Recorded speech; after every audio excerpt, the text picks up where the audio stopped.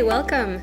My name is Laura Tompkins and I'm the Executive Director with Joyce Preschool in South Minneapolis. And I have here with me two other Joyce representatives who will quickly introduce themselves. Hello, my name is Perla Hernandez Sotelo. I am a current parent. I am a board member and also a member of the parent committee at Joyce Preschool. My name is Natalie Ehalt Bove. I'm the program director at Joyce Preschool.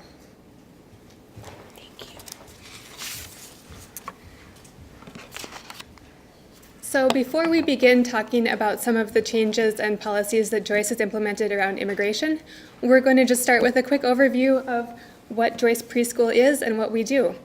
Our mission is to prepare children and families for success in school and lifelong learning. And we do that through a balanced model of bilingual, two-way immersion education, where we teach everything in English and Spanish. We balance the student enrollment by the home language of the kids in our program. So we have approximately half of our students are native Spanish speakers and approximately half are native English speakers. And then we have that same balance reflected in our teaching teams. So we have in every classroom a native English speaking teacher and a native Spanish speaking teacher. And we often have more of both language backgrounds, but we have at the core, we make sure that we have that balance in our core staffing model. We are committed to equitable access to early childhood education. And so we provide scholarships to at least half of our families. And we also work to ensure that between the balance of languages and the teaching team diversity, that our families are reflected and represented in the school, and that our parents are welcomed and engaged in the classrooms. We offer home visiting, and we do extensive parent support and education work, as well as working with the kids. So we do a parent leadership committee that we'll be talking about more later today. We have parents who participate as members of our board of directors. We have parents who volunteer in our classrooms and who plan school events and celebrations. And we offer a Family Fridays class, which is a combined learning opportunity for parents and kids to come together in our space and learn preschool activities with parents and children or caregivers and children together. Quick overview of our goals for today. We're going to be talking about the current political climate around immigration and how that impacts families, and in Joyce's case, particularly how it impacts families who are Latino immigrants to the Twin Cities community. We're going to be talking about how schools can support families and how Joyce has kind of evolved and learned and made some adaptations in the way we approach our work over the last year and a half in response to some of the changes around immigration policy. And so we're going to talk about organizational policies for schools. We're going to talk about leadership structures, and we're going to talk about how Joyce has changed its commitment to ensuring representation in all levels of leadership within our school. And we're going to talk about community organizing and ways that schools can participate in activities within the broader community, and perhaps how families can be engaged in planning and leading some of that work. And then we're going to talk about our classrooms and ideas for teachers and strategies that have been effective in our teaching teams and in working with kids and families in the classroom. We're here today because immigration affects children. We're all here as educators and school administrators because we know that stress at home has an impact on children's outcomes and success in school. So we're going to talk about how the current climate, with the increasing rhetoric around anti-immigration policy and attitudes, with the more rampant and visible racism that's been prevalent over the last year and more, and we're going to talk about how that climate of stress is impacting parents and how that's impacting children. We know as educators, our first role, first and foremost, is to ensure the well-being and the safety of the children in our programming. So if our children are safe and welcomed and loved and nurtured, we know that they will do better throughout their lives, and that safety, that welcoming attitude extends to the whole family. And so we're going to talk about some of the ways that we've really welcomed whole families into our program and adapted what we've been doing to let parents take the lead in making some of the decisions. About a year ago, Joyce began holding a series of workshops. We did some staff training and also did some legal workshops that we invited our parents to. And we partnered with some community legal organizations, including Volunteer Lawyers Network. We'll be hearing from them a little bit later today. And we also worked with Navigate, which is a local group led by immigrants and very committed to organizing around immigration in the community. And so we started informing ourselves so that we could better inform families about legal rights. What happens if immigration officials come to your home? What happens if they come to school? We learned about the sensitive locations policy, where schools, churches, religious institutions, hospitals, and other spaces are designated as sensitive locations where immigration enforcement is not supposed to take place, or it's only supposed to take place with a specific warrant and a specific set of criteria that allow that search to be possible. So we started learning more about how we keep our physical buildings safer, how we make sure that our families are informed, and we also started making a lot more individual referrals to lawyers with the Volunteer Lawyers Network, with the Immigrant Law Center of Minnesota, and with other partners and immigration attorneys in our network as a school. We also looked at, in addition to bringing workshops in, we looked at ways that we could post information or share written information with families. In your packet of handouts, there's a card that is just a Know Your Rights wallet card. And so that's something that can easily be copied and distributed to families that they can hold. It says it's in English, but they're available online in other languages. But it essentially says, I am protecting my rights. I'm not going to answer questions. I want to speak to an attorney. And it's something that a parent can have with them. And regardless of language barrier, they can simply present that card. And in the event that an immigration official is questioning them, they can use that to move forward without having to answer questions that they may not be equipped to answer or prepared to answer. We also talked about other community resources that families might be looking to access right now.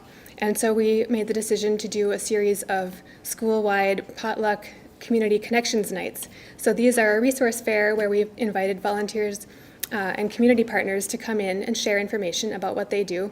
And we looked at a number of organizations, starting with the idea that we would host an event around immigration, but then really expanding it into thinking about what all families of young children need referrals, need ideas, need resources in the community that they can connect to for classes for their children, summer programming, Joyce is a school year program only, or other opportunities like that. And so we really, from talking to parents, we shifted the focus of this event from an immigration-specific resource fair to a more broad event that all of our families could attend and participate in, even if they weren't specifically looking for resources around immigration.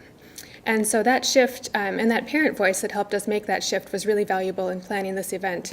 I've included in the packets a handout that is sort of a planning guide for a similar resource fair event.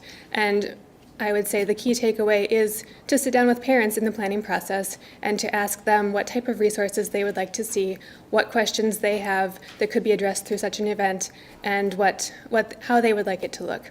And so that could be incorporating a potluck or foods from different cultures. It could be looking at ways to have entertainment and activities in addition to the resource sharing. Or it could just be a more simple event where people come, gather information, and then that's it. But it's really important that parents are the ones driving the decision-making and the planning around that type of activity. So in addition to hosting workshops and resources for parents, we went through a process as a staff of educating ourselves and becoming more prepared to navigate questions around immigration and immigration enforcement specifically. As I mentioned, the sensitive locations policy applies to schools, including preschools and childcare programs, but we also know that there is still a chance within that immigration could come to our school sites, and that we need to be prepared and confident in how our staff respond to that situation. And so we added a staff training on emergency procedures, including immigration enforcement emergencies, just so that our staff are equipped and ready and know who to call, what to ask for, whether or not they have to answer questions, things like that. And so we have included a handout for the training policy that we implemented with staff in your packets that you can take a look at for more details.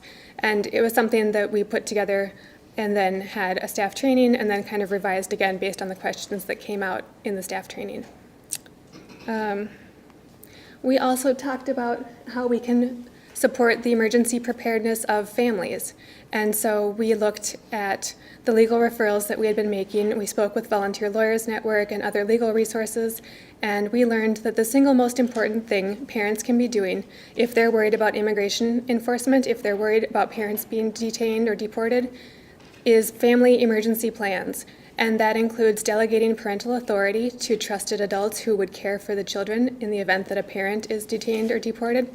And it also includes financial planning and compiling emergency contact information and a number of pieces that parents can put all together into one plan and have everything sort of ready to go in the event that something happens to a family member. So we hosted, with volunteer lawyers, we hosted a workshop where families could come in and listen to a quick presentation about the emergency planning, and then they could work on their own individual plans with volunteer attorneys and with a notary who could notarize their parent delegation forms and have everything all completed within the workshop. We're looking to do more of these, and we're also making individual referrals to legal support to complete these plans, because we know that it's a way for families to ease their stress and to have peace of mind that in the worst event they have a documented plan and a legally binding plan that will ensure their children are cared for. As a school, our board of directors and our staff leadership adopted a safe haven policy last winter, and it addresses 3 areas: school climate, building a climate that is welcoming, supportive, and unified.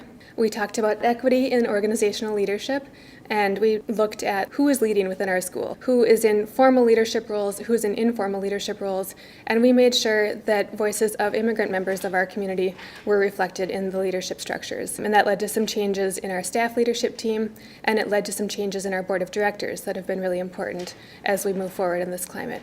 And the third thing that we looked at was safety and confidentiality. And so our safe haven policy includes ways that we protect and safeguard the information families share with us, and also making sure that we don't ask for information that families may be uncomfortable sharing.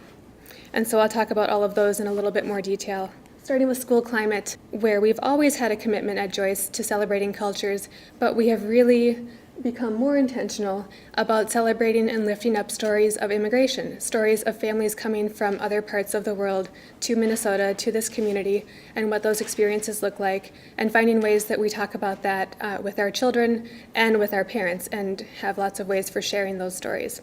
And so we've added around the world events and celebrations, and we've added a lot more in-class activities and story sharing and cultural sharing. And the end goal of all of this work is really to celebrate the strengths and the assets that our families are bringing into the program.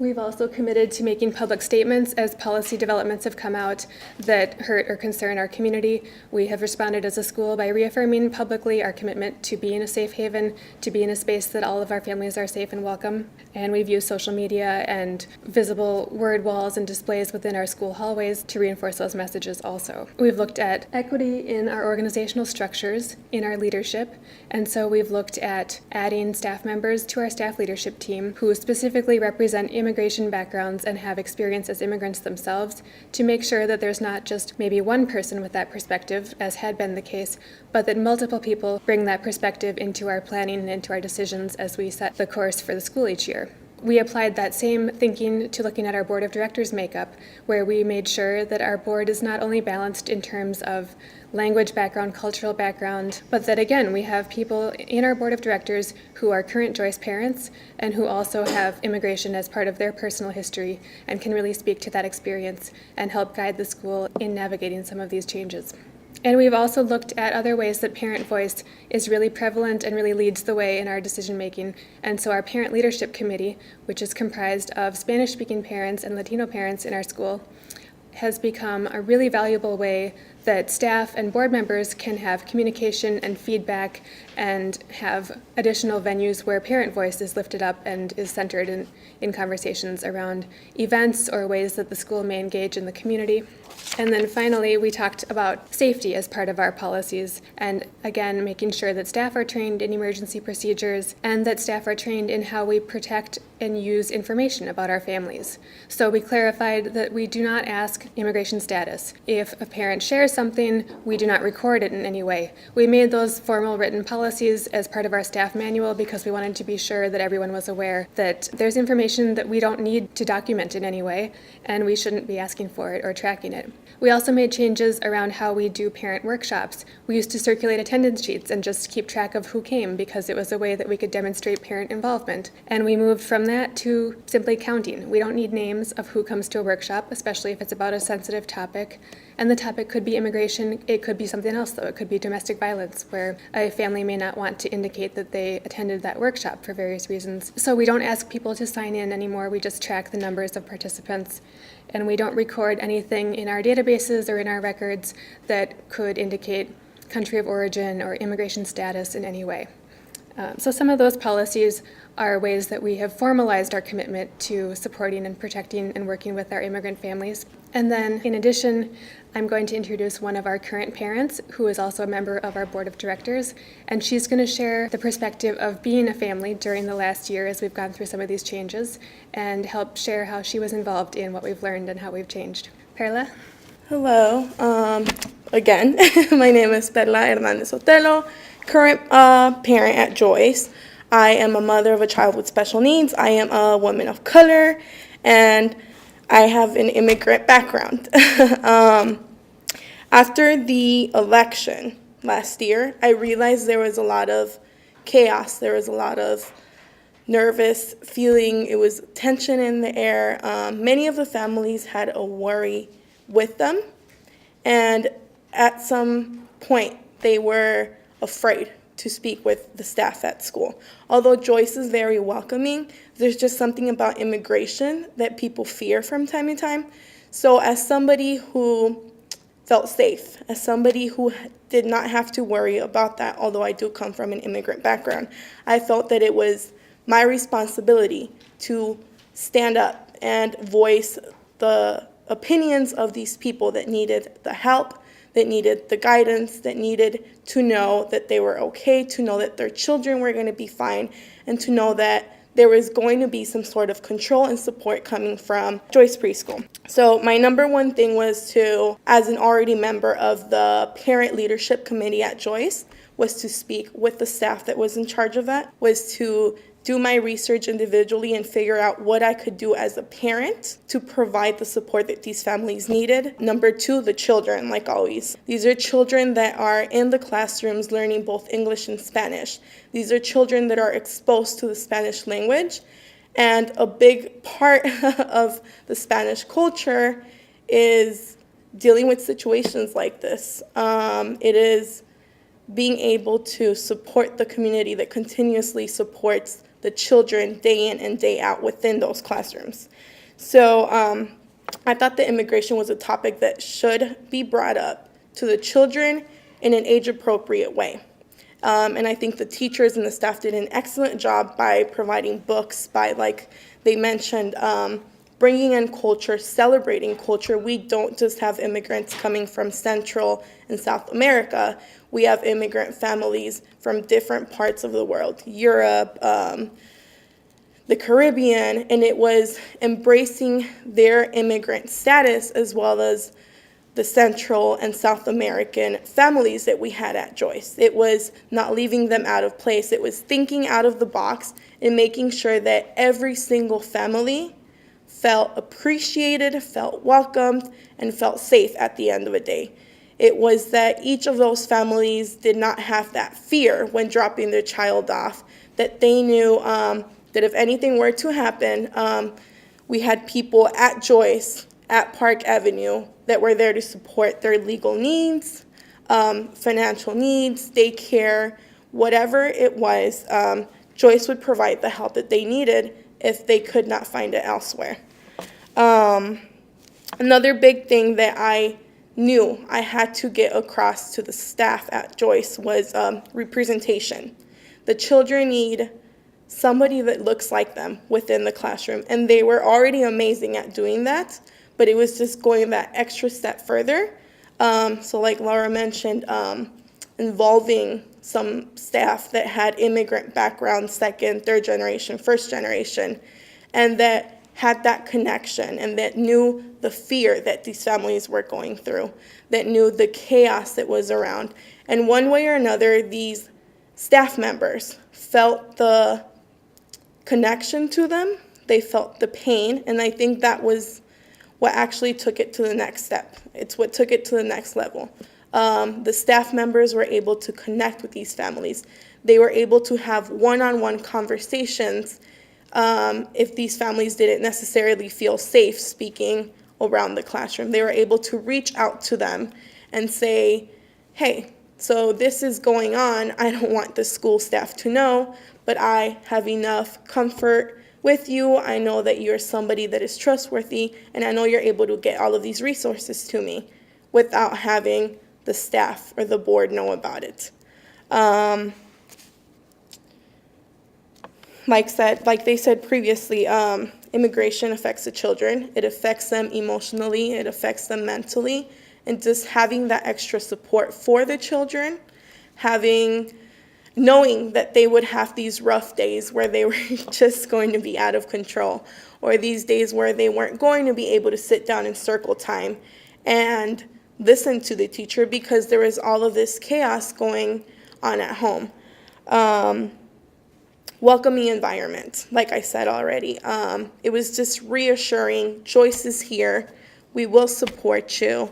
Your children are welcomed. You are welcomed, although perhaps you may not feel like you might be welcomed into the city, into the state, into the country. We want you here. We appreciate that you are contributing to the school. We appreciate your culture, and we want to embrace all of the differences that we have.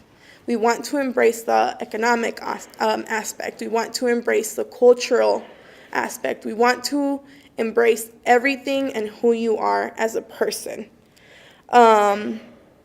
Since noticing that some of these families were afraid to speak out, I decided to go on and join the board.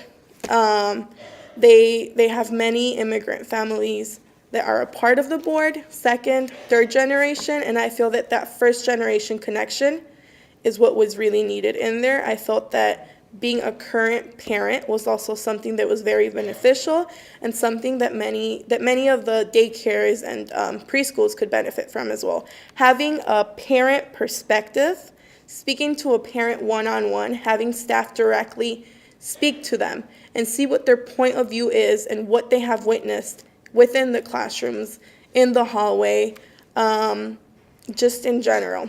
Having that parent perspective is what takes everything to the next level. It is having a person of color in there. It is getting their point of view, seeing how you can provide that help without necessarily offending the group that you're focusing on. It is seeing what can be done to provide the support for these children without generalizing them.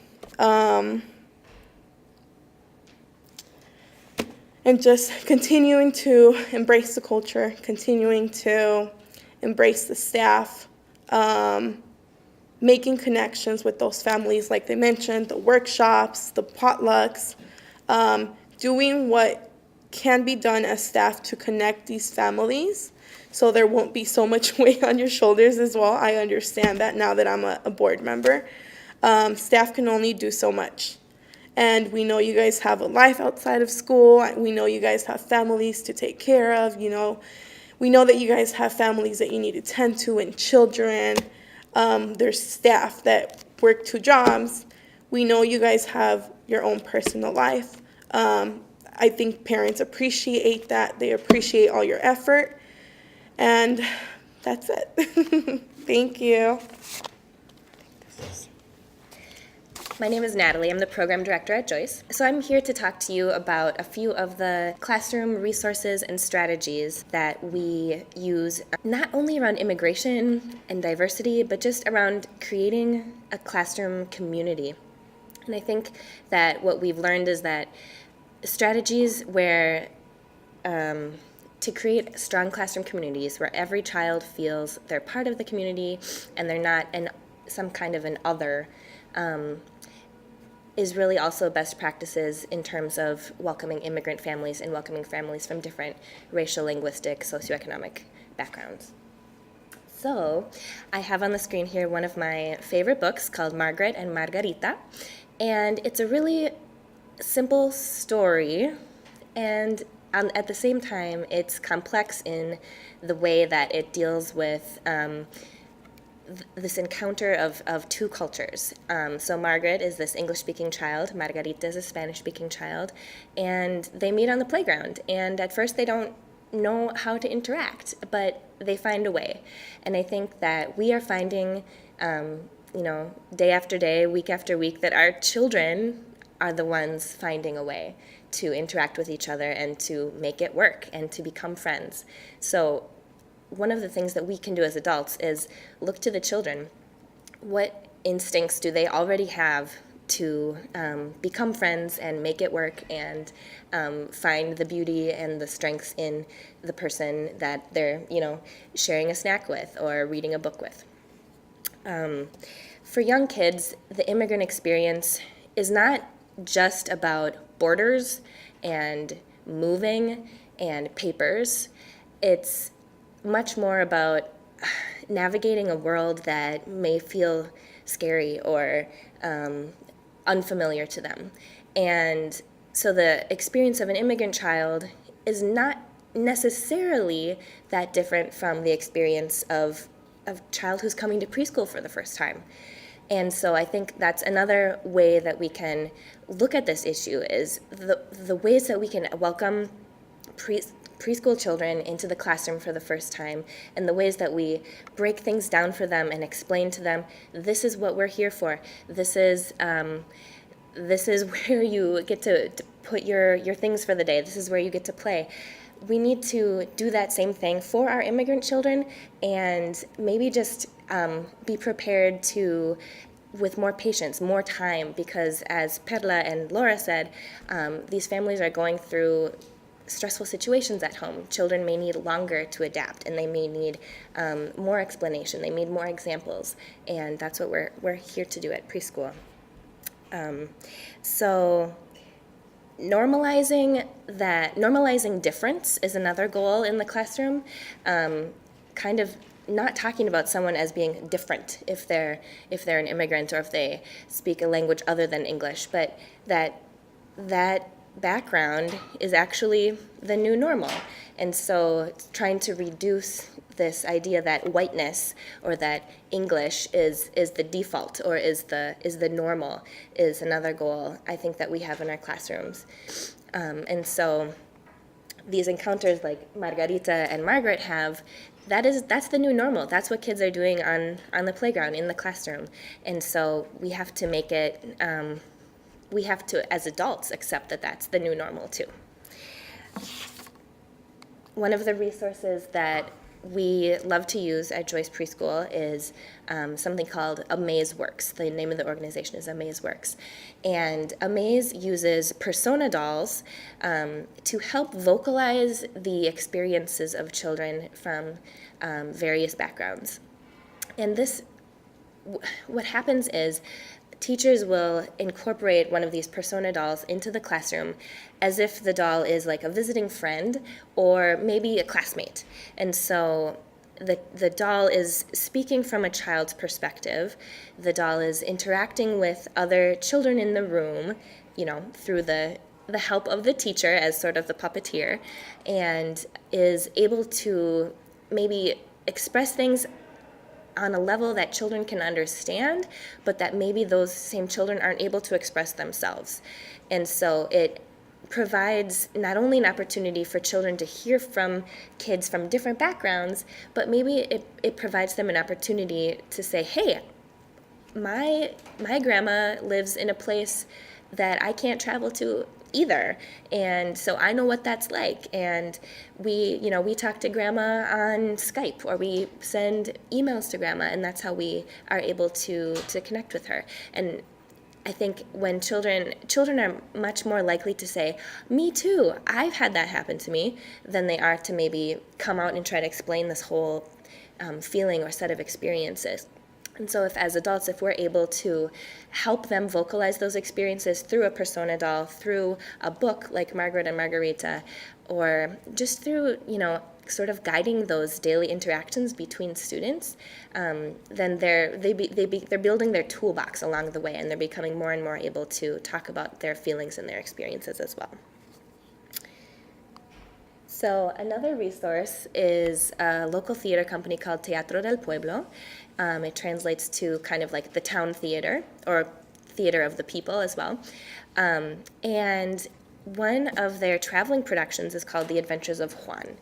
And Juan is a child in part of an immigrant family that is also a farming family.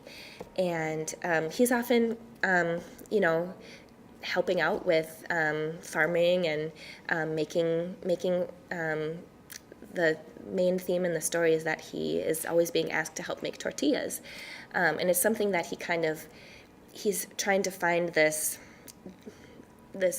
piece, really, between his pride in being part of this culture and also his feeling of otherness, because it's not something that is understood in his school community.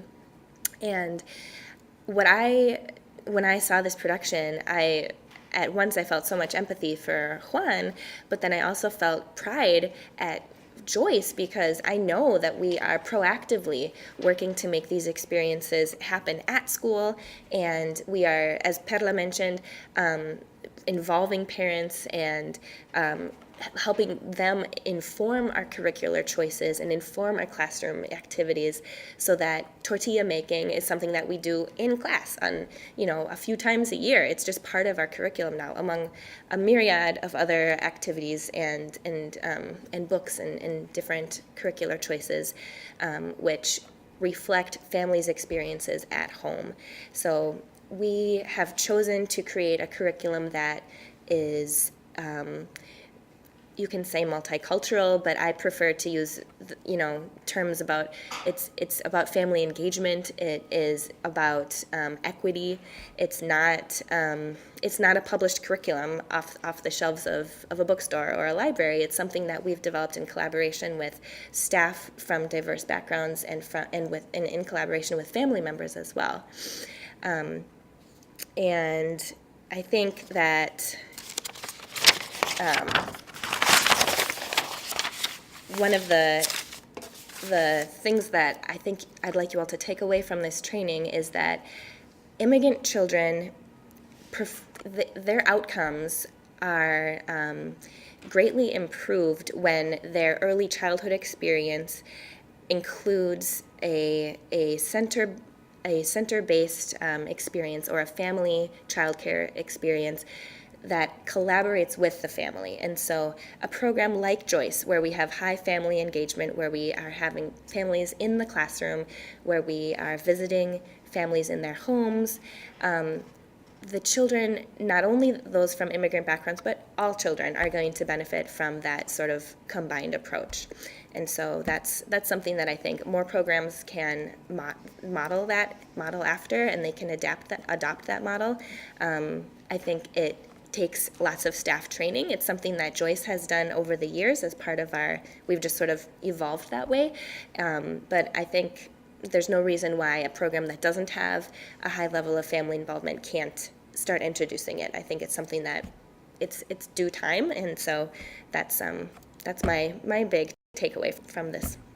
So thanks so much for your time and for listening to our presentation.